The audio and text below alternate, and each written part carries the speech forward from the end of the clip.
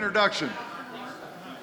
Our speaker tonight is Eric Burkhart. Eric was, his dad was in the Army. He was a career Army, and he was actually born at Fort Bragg, but as a, maybe 2 months, 3 months, he doesn't remember, they moved to France.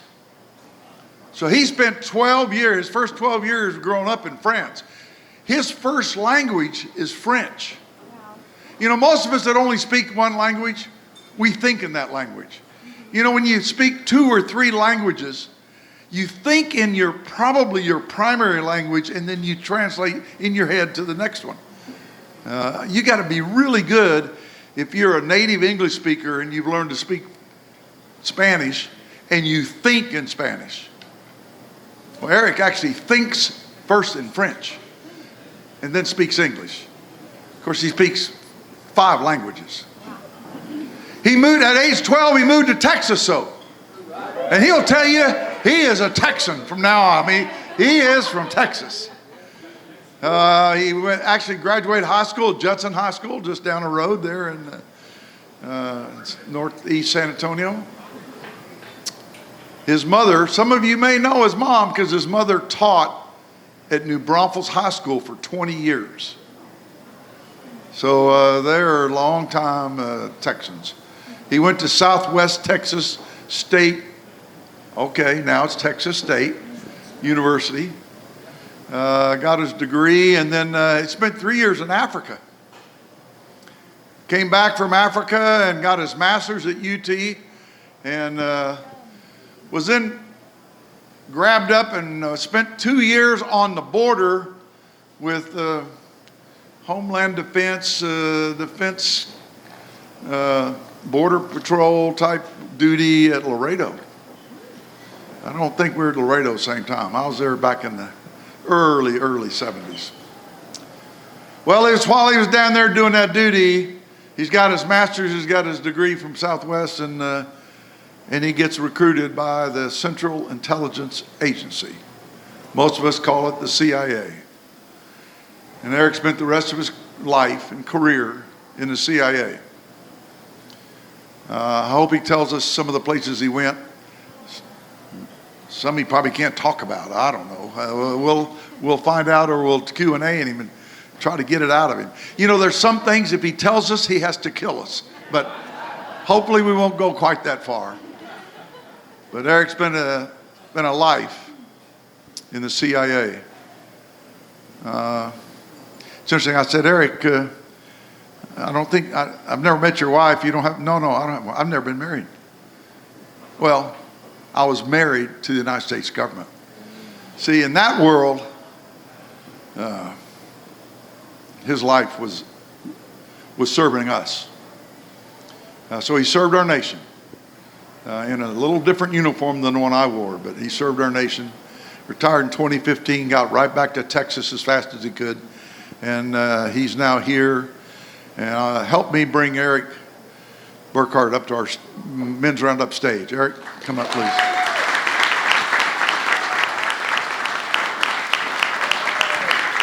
I neglected to tell you he's written a book. I'm not sure we can find it because it's it's in English, but it's got an Arabic title. I'll let him talk about his book. Thank you, Jim.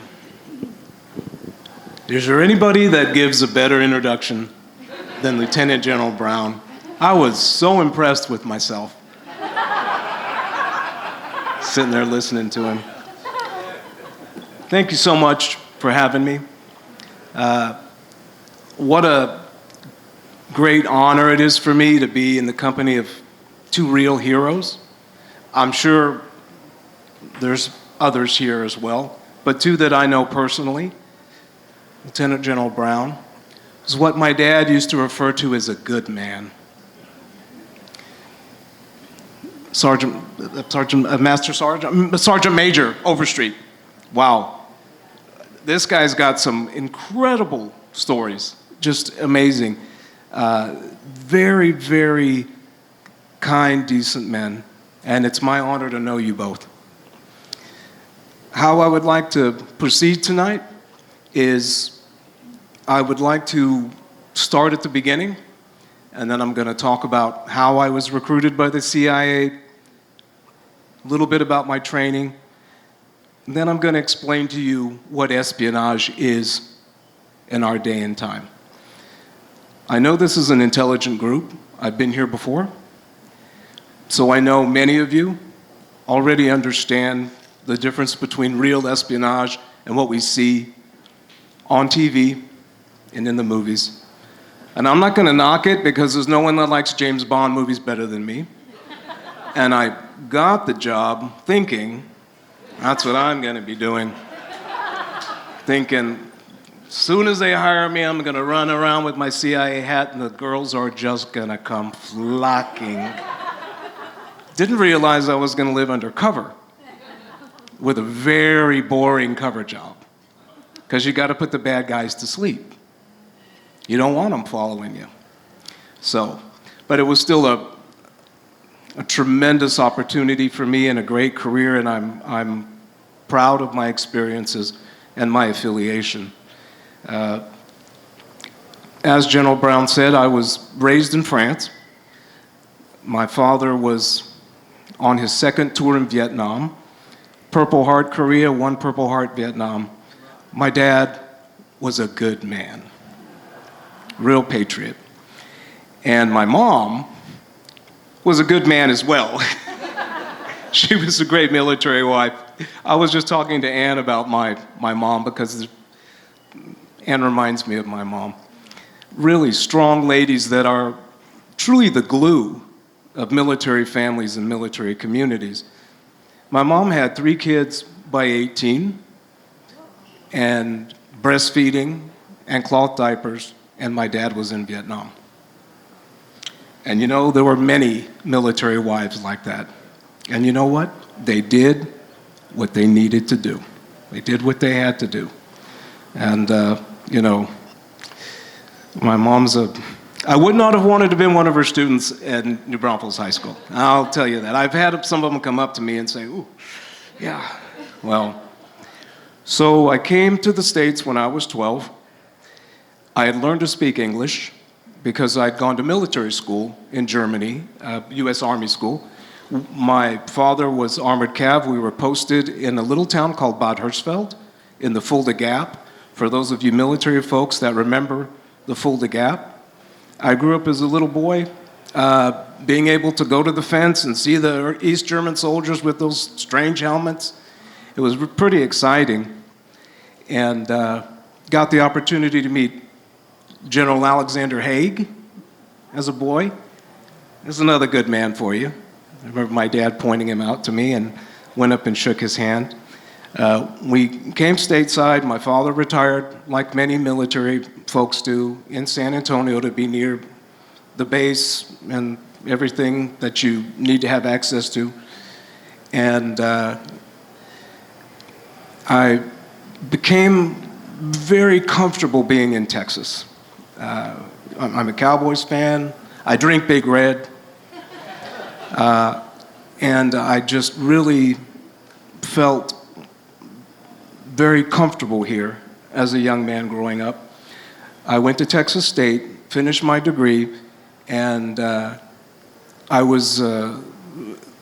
accepted a position with an overseas placement company in South Africa. Lived in South Africa for a few years as a young man, picked up my 3rd language, French, English, and then I became fluent in Afrikaans, which is not very useful here in Texas.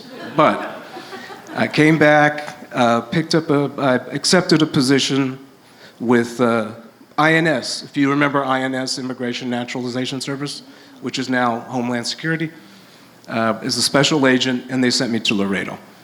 I wasn't anticipating enjoying Laredo. I'd been down there, having been from San Antonio, but I had a great 2 years. I loved living in Laredo. The job was exciting. It was something new every day. Back then, we weren't letting everybody that showed up into the country. We were actually, trying to control our border. And the Justice Department, back then INS, put me through Spanish immersion. and I became fluent in Spanish, my fourth language. So the CIA, they have their methods of finding out people that have overseas living experience and can have languages. And of course, I also was a federal agent, so I had firearms background, bit of explosives training, and they came to me and said, we would like for you to apply.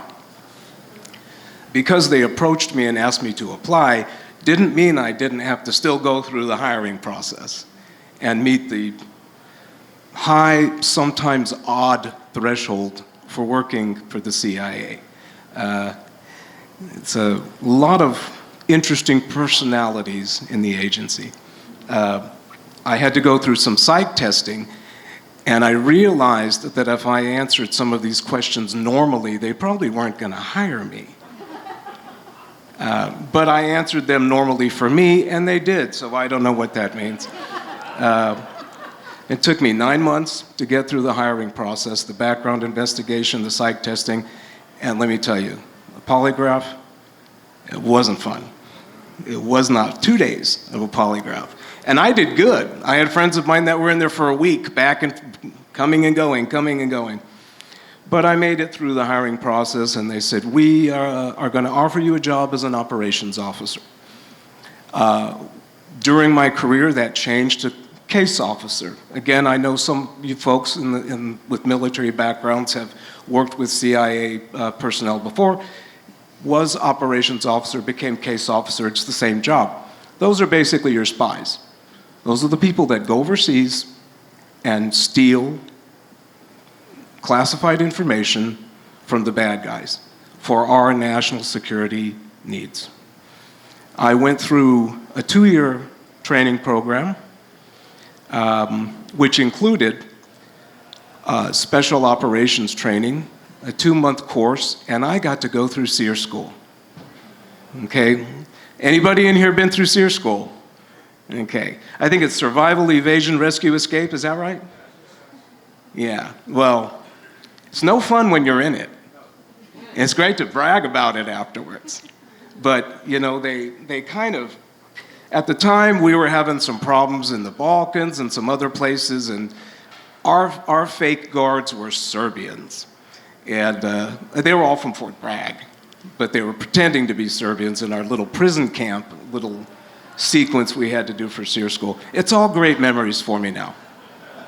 Really, it is. I walk with a limp, but it's all great memories. And my old colleagues, let me tell you, we sit back and talk about those days, and it really, truly great memories. You build strong friendships in circumstances like that. So I finished my training and immediately started doing postings in different places, making use of my language skills. There was no intention for me to go into Arabic school, none whatsoever, and I never did. My 5th language, Arabic, I picked up in the field. And I don't have reading and writing per se. I'm conversational. I know how to throw someone in the back of a truck in Arabic. So my first tours were in Western Europe because my languages were suited to Western Europe, French, Spanish, and then Bill Clinton met Monica Lewinsky. And you remember when that happened, and I ended up in the Balkans because we went to war.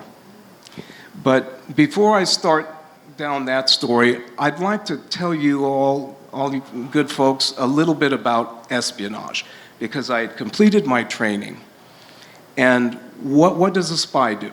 Okay, what we do is something called spot, assess, and develop, with the end of that being the goal of recruitment.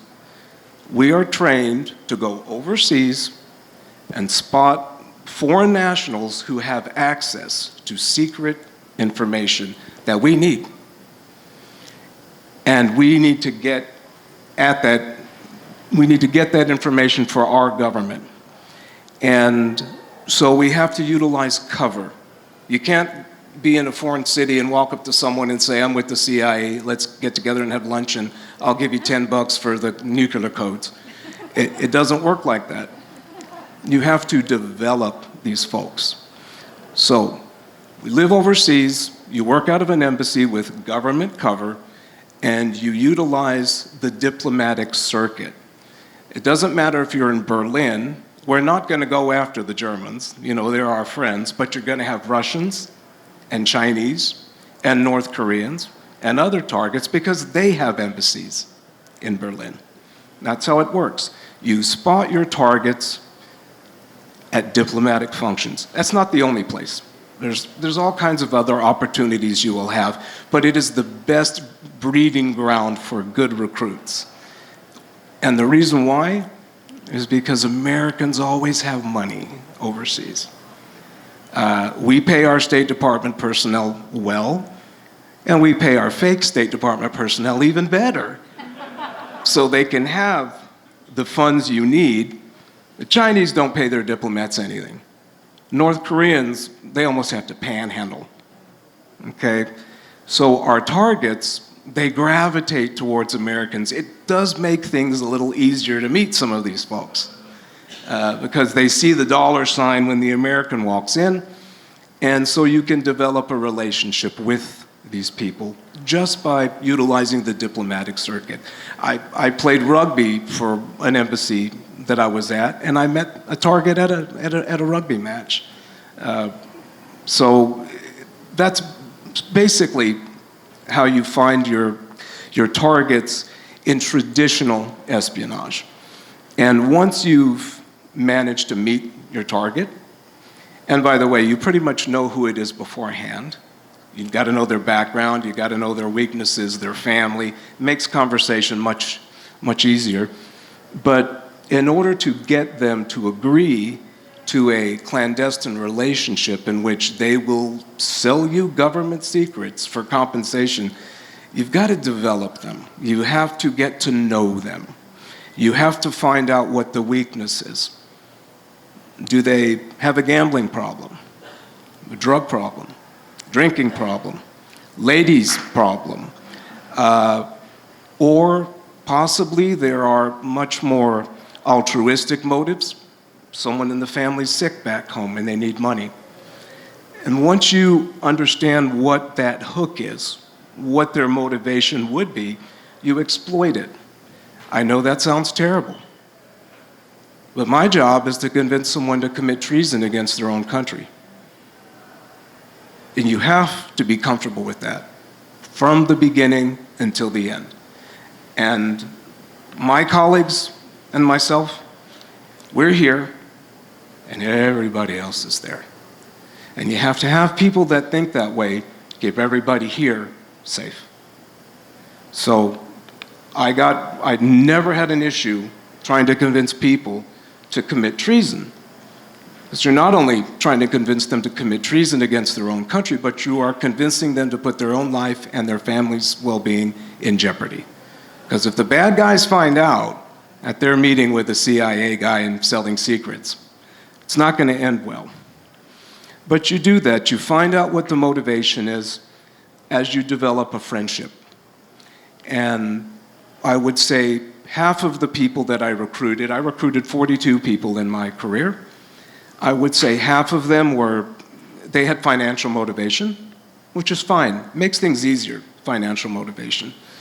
When you reach the point of where you tell them, by the way, I work for the CIA, and our relationship's going to change. It's not going to be friendship anymore. We're not going to go see the horses race. We're not going to go look at the tourist sites. We're going to have a very professional, security-based relationship from this point on, where you give me what I need, and I keep you safe and give you your compensation. And that's it. That's the way it is. Has to be. I got very close with some of the people I recruited, but I changed on a dime because you have to. And they do respect it, because you have to be aware of the need for tight security of your source. So you finally tell them, yes, this is who I am, this is the type of relationship we're going to have, this is how it's going to pivot from friendship to professional, and I will take care of you. And you have to instruct them on security issues and then you have to agree to the compensation amount. But I mentioned half were interested in the financial compensation, which we do very well. We set up accounts for people overseas so their government can't see. We do all kinds of things. My goodness, we've relocated a bunch of Chinese to this country and put their kids through college. We do what we have to do, depending on how valuable the intelligence is that they're giving us.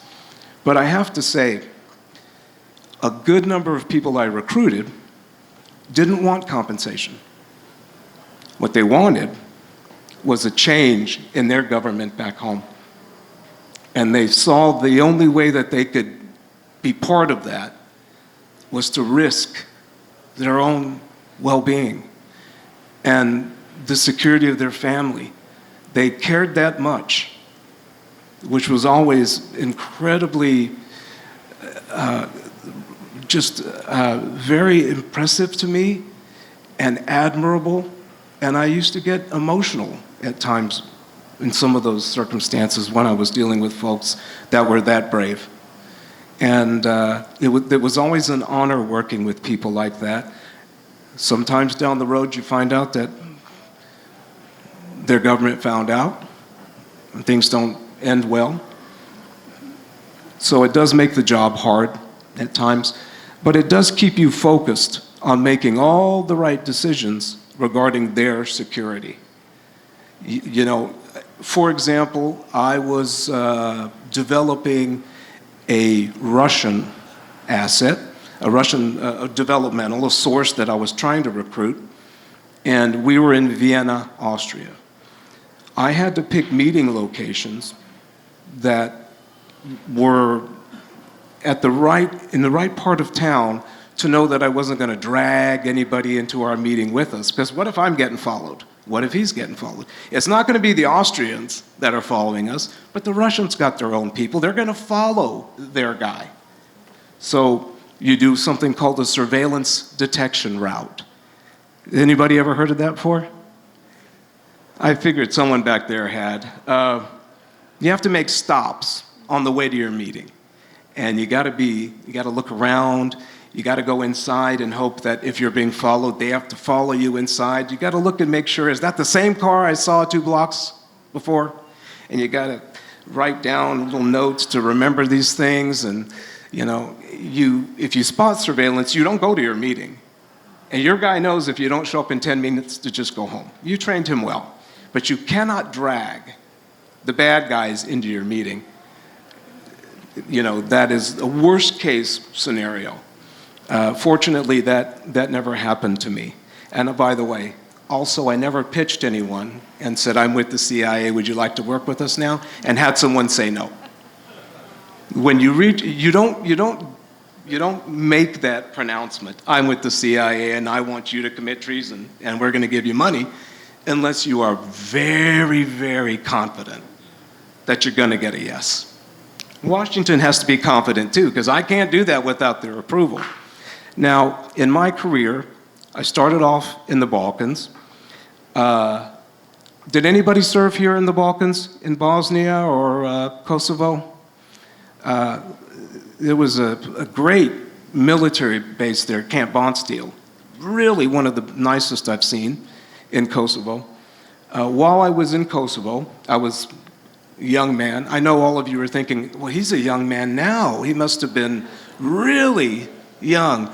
No, I was a young man, and I was developing a Russian that I had met. At the time, we were really struggling with issues with the Russian military and their presence in Kosovo. At the airport, there was a lot of things going on out there, and it was a great opportunity for me to develop a Russian. He was very interested in me. He was obviously KGB. He knew I was CIA almost immediately, even though I was approaching him undercover. Well, this guy proceeded over the developmental process to poison me 3 times with a radioactive isotope, polonium. And I probably should have been a little bit more aware, because what I ate tasted terrible, and he was putting it in the food that he cooked for me. You thought maybe I would have seen the signs there, but I would have eaten a shoe if it would have gotten me a recruit of a KGB officer as a young man. That makes your career. But I didn't see the signs. I just got sick and got sicker, and then the third time I had to be medevac back to the States. And I have to tell you, that was a really formative event in my life for a lot of different reasons. If I wasn't able to rely on my faith during that period, I wouldn't have gotten through it at all. And it's very serendipitous that, I'll use the term serendipitous, you can find your own. When I was at Johns Hopkins, Ben Carson was at Johns Hopkins. If you all know Dr. Ben Carson. And this was 2001, spring 2001, so he wasn't as well known then as he became.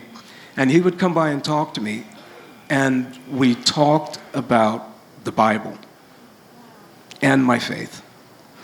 And I look back on those days, and I can almost draw a line to when I became a man, if that makes any sense. It's a very, very formative part of my life. And I got through it, and I recovered. And felt very, very blessed to have been able to interact with Dr. Carlson. You know, he really helped me connect what I saw as my personal faith to my family. And I still hold that lesson inside. So once I recovered, it was July 2001 when I was fully recovered. And we all know what happened in September 2021. Up to that point, I had been engaged in what I call traditional espionage. Meeting my people in restaurants or little cafes outside of town, dropping concealment devices off in parks. You know, I had a concealment device is something we would use to send messages back and forth without actually having to have a meeting. And our people we'd recruited knew what to look for. I had the two best concealment devices in the history of the CIA. I had the most realistic pile of dog poop.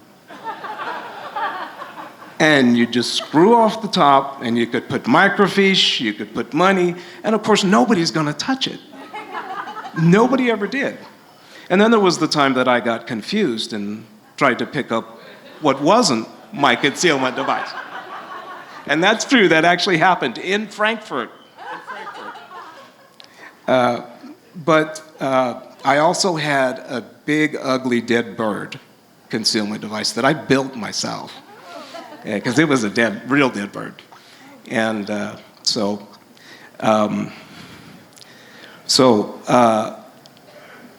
traditional espionage, that's how it works. Envelopes under table, secret meetings, different ways to communicate, all really fun stuff.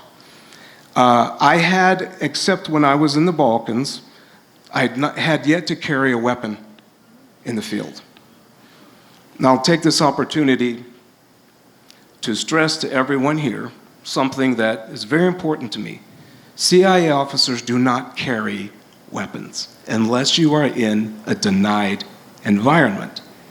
A CIA guy has no need for a gun in Rome, or in Athens, or in Warsaw. If you have a weapon in a country that has very tight weapons rules, firearms rules, you're just only asking for trouble if you are randomly pulled over for speeding or something. And there's no efficacy to it. It doesn't make the job easier, it doesn't make the job safer. Now, 9/11 changed that because so many of us were surged into denied environments where we had to carry weapons. But if you meet someone running around this country that says they're CIA and they got a big 45 on their hip, just turn around and move in the other direction. Because I've worked a lot domestically, and I always had to have someone from the FBI with me. We have no authority here in this country. It's FBI's ground, not ours. So I do try and stress that, because we've all seen movies where, CIA's flying black helicopters and, getting in everybody's business. That's NSA, not us. Sorry if there's any NSA people here, but it's true. So 9/11, I was on my way to Helsinki.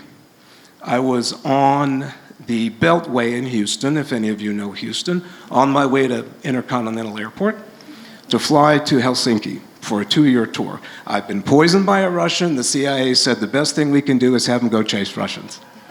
Because Helsinki and St. Petersburg, they're right there. And so I was pretty excited. I was going to wreak my vengeance on the entire population of St. Petersburg, Russia. And I got a phone call from my boss. And back then, we had one of those Iridium phones in the car, if you remember those giant things before cell phones. And my boss said, come back to our little secret hovel that we had in Houston at the time. And, there's a terrorist plane that just hit the World Trade Center. And so I turned around with my luggage, and let me tell you, I had a beautiful townhome on the bay in Helsinki in Finland waiting for me. And I'm sure all kinds of dates with beautiful girls from Helsinki. And it didn't happen. Instead, I went to Iraq. I got turned around and headed back to our little place in Houston. And I have to tell you, that was, I was standing with my colleagues, and we were watching the TV as it was unfolding. We weren't doing anything, because at first we were so shell-shocked, we didn't know what to do. And then it sunk in that we had dropped the ball. When we weren't alone, the Bureau was part of it, INS was part of it. We all had dropped the ball. This happened because we weren't talking to each other. Everybody's intelligence was proprietary and better than everybody else's. So we didn't want to share it with anyone. And that was a really difficult and painful lesson for all of us to learn. George Bush fixed it very quickly. He created the National Director of Intelligence and forced us all into the same room to share information. And we are blessed to where we have not had another 9/11 since then. So I like to give credit where credit is due. For me personally, it was really, I know everyone here, I don't see any people that are too young here to remember 9/11. We all have those memories and the pain that we felt watching those poor people jump out of those windows when all they did was show up for work. Having to make decisions that none of us ever want to face. I kept those memories with me for years, and it motivated me to do my job well. Because of my background with weapons and explosives, and I'd proven myself as a good officer, and I was single, I got surged to go into Iraq with the first stick of CIA that was going into Iraq. I was in the desert of Jordan before the war started in 2002, excuse me. And it was a very exciting time, and I was so angry. I had a blackness in here from what had happened that I know many of you had it too. I can't be alone in that. I know my buddy Rob had it, and he and I served in a lot of the same places. He was headed out to Iraq too. But he was an Army guy, so, he was going to be living a little bit more of a harsher lodging situation than me. Not at first. We were all pretty much on cots out in the middle of nowhere. But, it was, like I said, it was an exciting time, but my career changed because I was no longer doing traditional espionage. Now I was inserted with military elements. Human collection teams, SEAL Team 3, SEAL Team 6, because everybody needed an intelligence element. Because when you go after the bad guys and you pick up a bad guy, you need to exploit that opportunity immediately. You can't take someone into a room and then take 3 or 4 days, because we were all about something called force protection. We had young men and women out there in the military, and we needed to know if there was going to be an IED on the side of the road tomorrow morning to blow somebody up.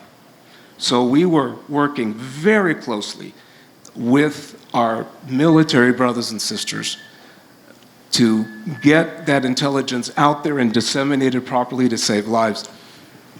I loved this part of my career. I enjoyed it much more than I did doing traditional espionage, because I spent most of my days and nights with my military brothers and sisters. It was a great honor and a great experience. And we got to know a lot about each other. Of course, I'd always gravitate toward the Texans in the group, and we get to talk football, and I ended up spending quite a bit of time in Iraq and Afghanistan and Somalia. And that basically rounded out my career. CIA officers that are operations officers can only spend so much time overseas, because we're all undercover and the bad guys start to read through your cover. It erodes, it degrades. And the CIA doesn't like to keep people overseas in an unsafe environment. So I came back and did a lot of liaison work with federal law enforcement, Joint Terrorism Task Forces, Joint Terrorism Task Force in San Antonio and Austin and in Houston. And that's how I rounded out my career. I retired in 2015. The agency asked me to write a book, and I was happy to do it. They wanted me to talk about poisoning, getting poisoned. They also wanted me to deconflict a lot of the misinformation that's out there about the CIA, and especially about our training platform, how we train our operations officers. And I agree, I've seen a lot of really bizarre stuff out there about training people. And so I wrote the book. And it was cathartic for me, because a lot of it is focused on having been poisoned and how I really cemented my faith at that point in my life, which has kept me going to this point now. So I welcomed that opportunity. I wrote the book. It did a lot better than I expected it to. It was actually a bestseller for a few weeks. And I didn't expect it to do well, because the title is Mukhabarat, which means CIA in Arabic. I heard it so much when I was overseas, because I was always with the military guys, but I was in a vest, the CIA vest, we like to call it. You've all seen it. It's just a vest, with pockets, and then, you got a baseball cap and you look angry. But you're with a bunch of people in uniform. So the bad guys go, there's the CIA guy. Yeah, that's really good cover. It's great cover. You take me to any airport in the Middle East and I can spot your CIA guys a mile away. So I wrote my book. I chose the title on purpose, but it still sold well. Even with, my publisher said, no one's going to buy that book. They have no idea what that says. I said, I really don't care. How much might I make? Oh, by the way, you make no money writing just one book. Amazon gets it all.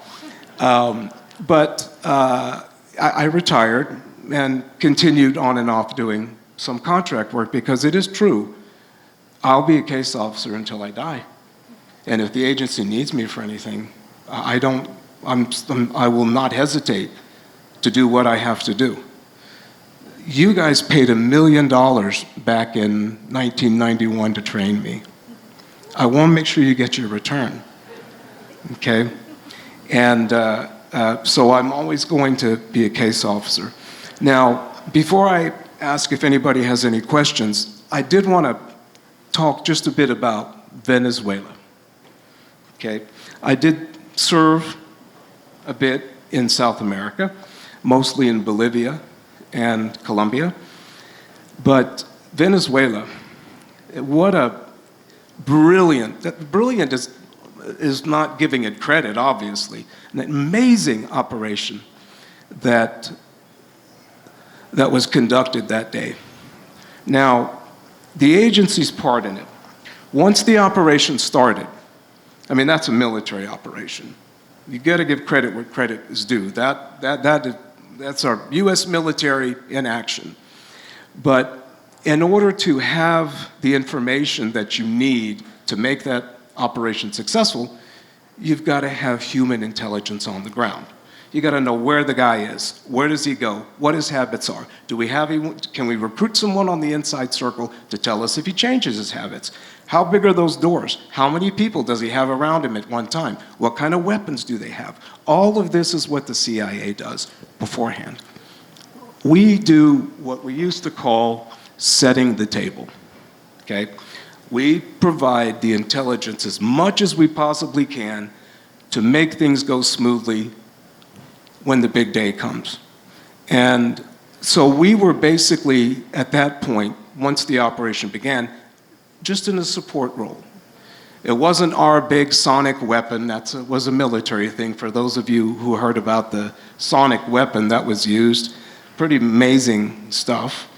But we did recruit the folks that gave us the information that led to no one being killed on our side, and Maduro and his wife being snatched up and brought here in their pajamas. I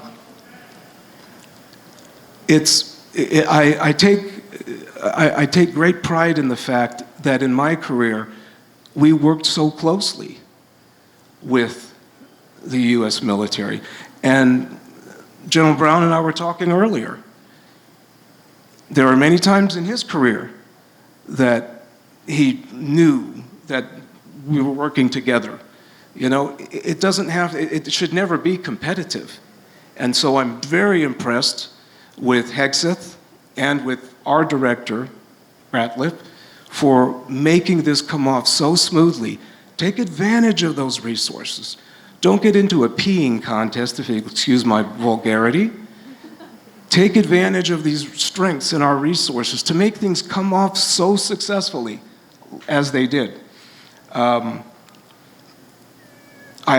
don't know that Iran is going to be that simple, unfortunately. I don't. I'm optimistic something is going to happen. It's not a problem that we can just continue to ignore for years and years and years and years. You know, one of my old bosses in the CIA said, you know, the folks back home depend on us because if we don't know what's going on overseas, the enemy is going to end up taking the fight to your backyard. And it's true. We have to be engaged overseas. We have to know what the bad guys are up to. And they're out there. Who did I chase in my career? Russians. Don't let anybody fool you. They're not our friends. Sorry if I'm offending anyone from Russian heritage. I like the Tsar. He's gone now. Chinese, communist Chinese, mainland Chinese. The Communist Party, there are lots of good people in China, but from a geopolitical perspective, Russia, China, North Korea, and we have our counterterrorism targets, okay? They're always there. Now, I also enjoy the odd conspiracy question, so I'm going to ask anybody if they have any questions. If you want to ask me who killed Kennedy, the train is coming at just the right time, so I'm going to tell you right now. Okay, anybody have any questions while I'm up here? My gosh, I made it an entire night. I bored everybody into no questions. Well, thank you guys so much for this opportunity. Wait. I'm sorry, wait. I didn't see a hand up. I'm sorry, I know, Joe. but there are probably some. Who? Here we go. Rich? Can you say, how long was the CIA in Venezuela to set the table? CIA never was not in Venezuela. Yeah. We were in Venezuela when I retired. We were in Venezuela 10 years before. We always had we always had people in Venezuela. Of course, when the decision was made that we were going to do something about Venezuela, more people were posted to Venezuela. But it was a difficult environment to work in. So you had to have really good people who could assimilate and look like locals, native speakers, which we have a lot of. But it wasn't until a couple of months before the operation that they really started getting active, collecting intelligence, so it would be fresh and useful.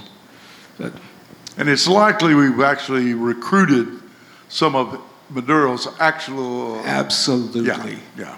There's no way, General Brown, there's no way we could have been successful without recruiting people on the inside. Right.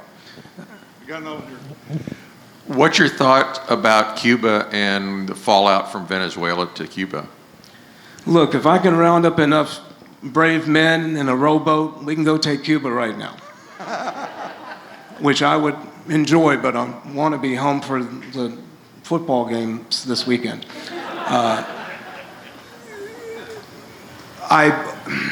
Look, you know, the administration has its priorities, okay? For me, at my age, I would like to be alive when Cuba finally has freedom. Very much so. That would make me happy.